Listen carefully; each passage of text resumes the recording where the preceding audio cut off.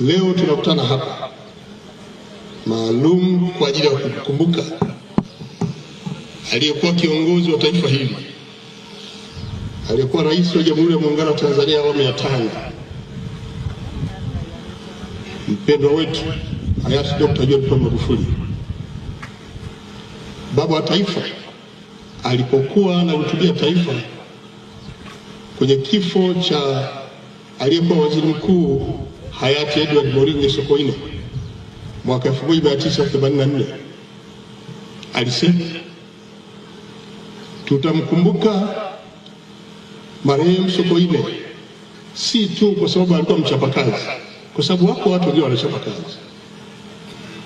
Tutamkumbuka hayati Moringe Sokoine si tu kwa sababu ya akili yake, kwa sababu watu wengi wana akili zao, lakini tutamkumbuka Moringe hayati Edward Sokoine kwa sababu alikuwa mzalendo. Wakati wale walikuwa wachapakazi na akili nyingi, hawakuwa wazalendo.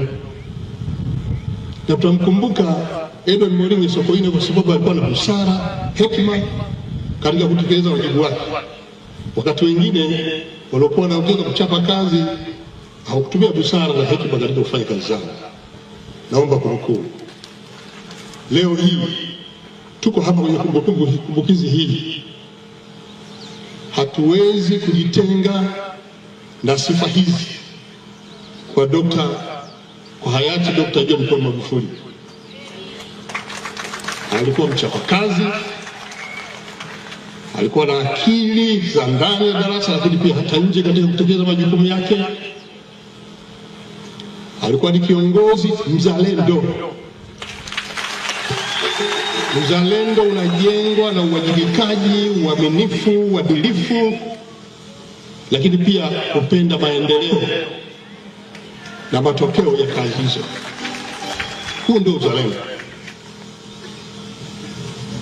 Hayati yeye alikuwa ni mtu mkweli,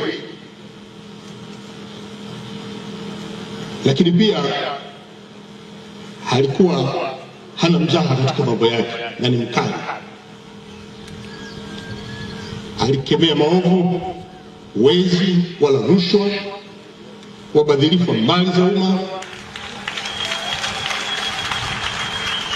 na yule ambaye hakufuata misingi hii aliachana naye. Huu ndio ulikuwa utaratibu wake.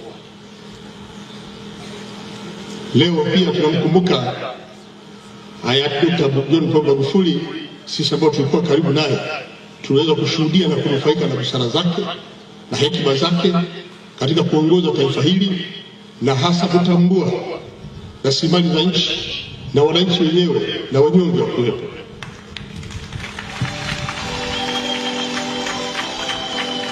Marehemu hayati Dr.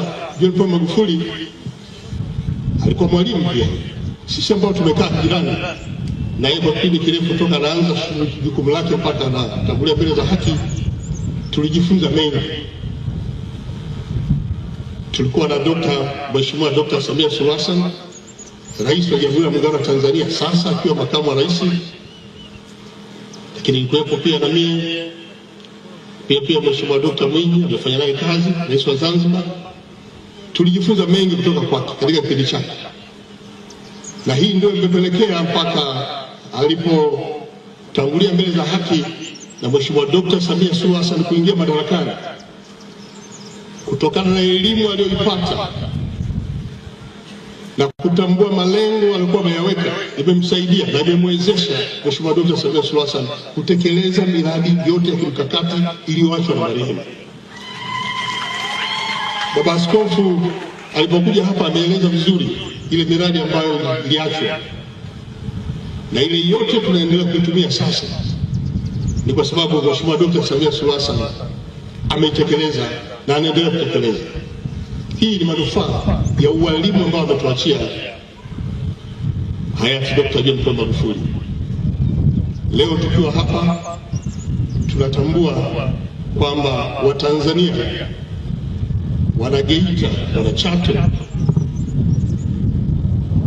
tunajiona kabisa kwamba tumempoteza. Hatunaye. Nataka niwaambie tunaye, yupo kwenye mioyo yetu. Tuendelee kumuenzi kwa mazuri yote aliyoyatenda, iwe ndio heshima yake, na kila mmoja kwa dhambi lake tuendelee kumwombea ili Mwenyezi Mungu aendelee kumweka mahali pema peponi. Amina.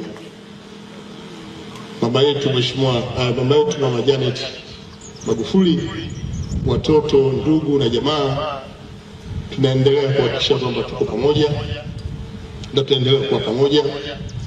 Na baada ya maneno haya, nawashukuru sana, asante sana kwa kusikiliza. Asante sana.